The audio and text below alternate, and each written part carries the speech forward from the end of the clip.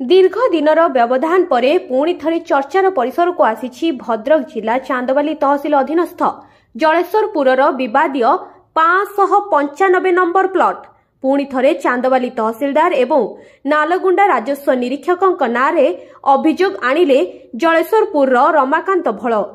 बिना कारण रे चांदवाली तहसिल तरफ 1,59,60,000 टंकार फाइन भरिबाकू नोटिस करा सह रमाकांत माछ पोखरी रे नालगुंडा राजस्व निरीक्षक और तांको सहयोगी विष पकाइथिबा एक सांबादिक सम्मेलन माध्यम अभियोग आनिछंती रमाकांत भोल।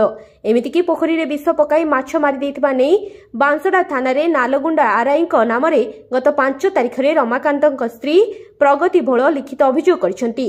तेबे एनै चांदवाली तहसिलदार कैमरा सामने किछि कहिबाकू मना करिथिबा बेले जहा नोटिस होईछि आईन अनुसार करा जायछि बोली कहिसंती। Bureau report Prayag media.